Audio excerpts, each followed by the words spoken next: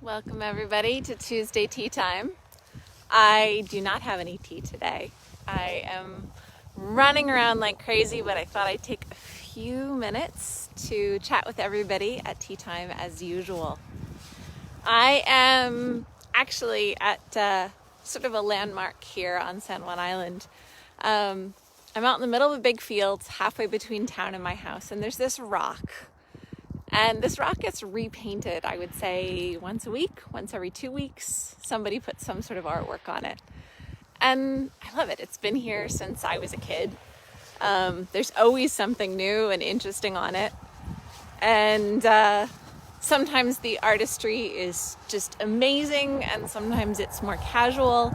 But we're out in this beautiful field, and you get that. So, I just thought, seeing I was halfway out of town before it was tea time, I would share with you a little bit of our crazy artwork here in the middle of this big, beautiful field. So today, I thought I would talk a little bit about unexpected events.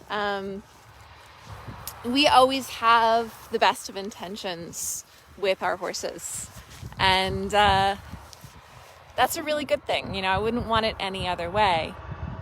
But the fact is that life is full of unexpected events.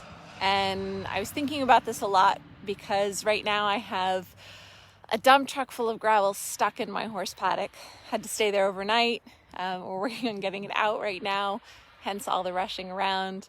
The horses are doing amazingly well with multiple dump trucks and chains and lots of people here, there, and everywhere trying to unstick the trucks from the mud. This was not in my plans for this week. It was not in my plans at all. But, you know, life happens. So here I am. Yet again, I had a whole intention of a week that I was going to spend with Atlas, and we were going to make all this progress. I had a whole game plan.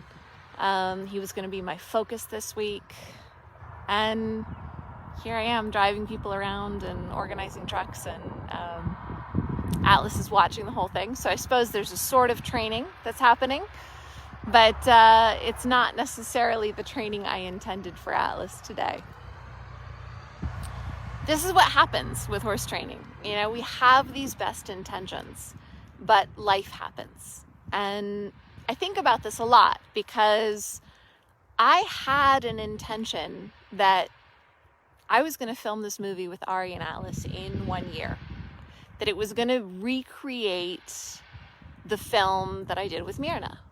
And I didn't really take into account the fact that I'm traveling now, I'm working more. I didn't take the account that a rescued horse is much more difficult than a clean slate, and I really had a lot more to learn. I didn't take into account the fact that dividing my time between two horses is going to be a lot different than dividing my time mostly to Myrna as I did in the first movie. There have been a lot of unexpected events. Hi, Hannah. And, you know, with these unexpected events, you do your best to show up for your horse. And the fact is that when things pull you off course, when you end up doing things you didn't intend, everything goes slower. And here's the thing. You learn better when things go slower. It's hard on the human ego. It's really hard on the human ego to slow down. So, you know, I fully expected that I would be trimming Atlas's hooves by now, that I would be starting to lean over his back, if not riding him. You know, I had all of these things, and we have backslid as much as we have gone forward sometimes. Now, that's not really fair because I can touch him all over now. He does trust me a whole lot more. You know, there's a lot of good stuff that's happened, but it's certainly not been the 1 year project that I intended.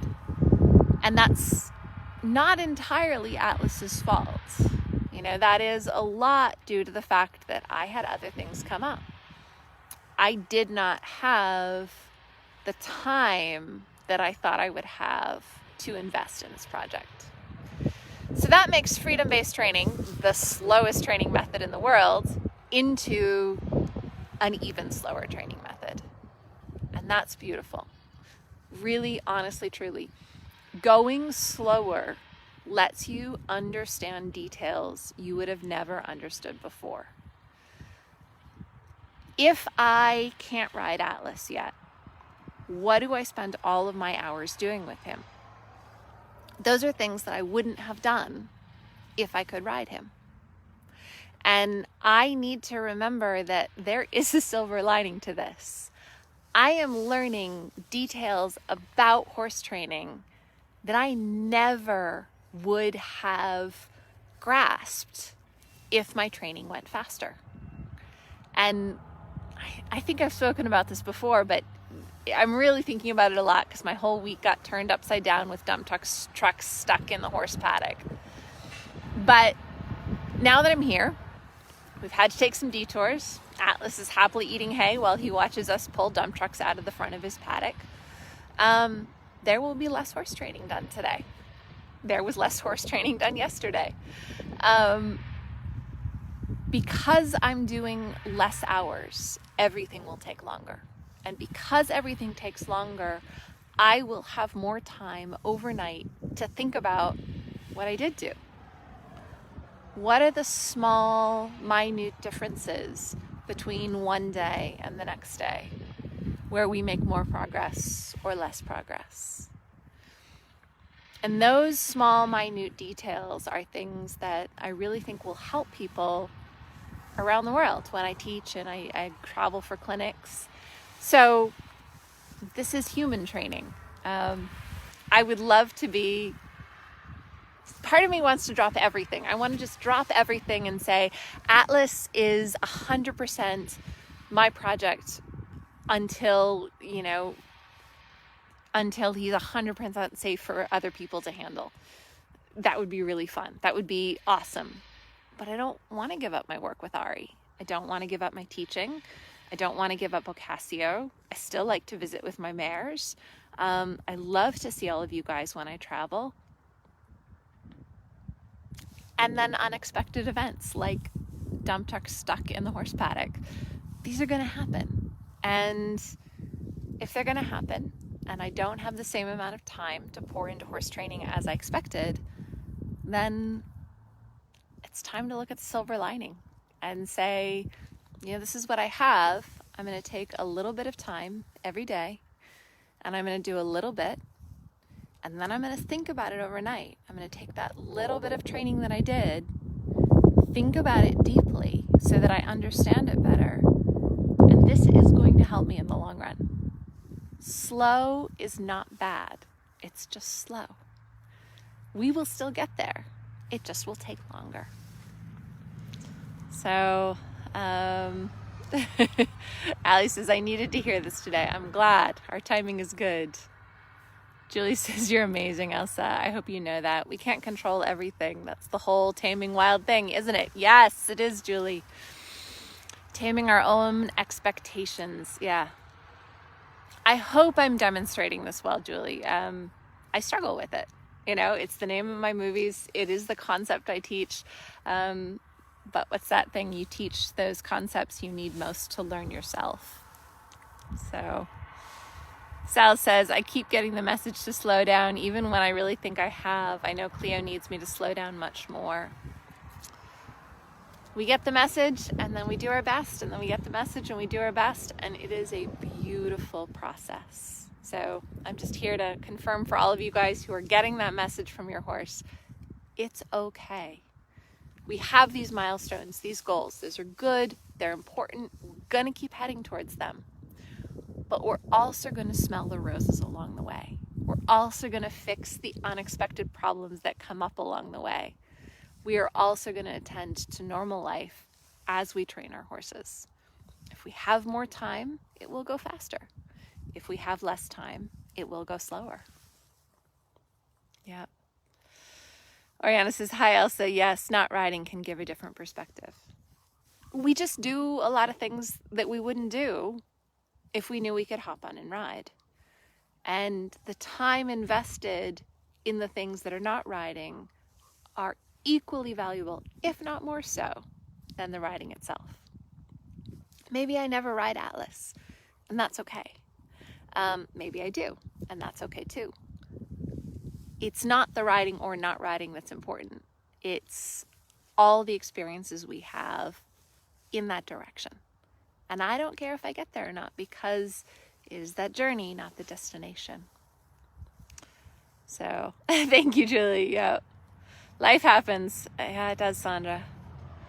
Danielle says, is riding a horse the highest goal we should have? Isn't it trust, to be together without fear and fight, and a much higher goal? Yeah, it is, Daniela. The thing is that riding is one of the fun ways to prove that we've achieved that trust without fear and without fight. It's not the only way to prove it, but it is one way to prove it that happens to be fun. And I think the reason it's fun is because you can go a greater variety of speeds when you ride a horse. I just don't run fast enough to be able to go that greater variety of speeds with my feet on the ground. If I don't ride, then we will have less variety in our speed that we travel, and that's okay. But if we do ride, we get a little more variety of experience together.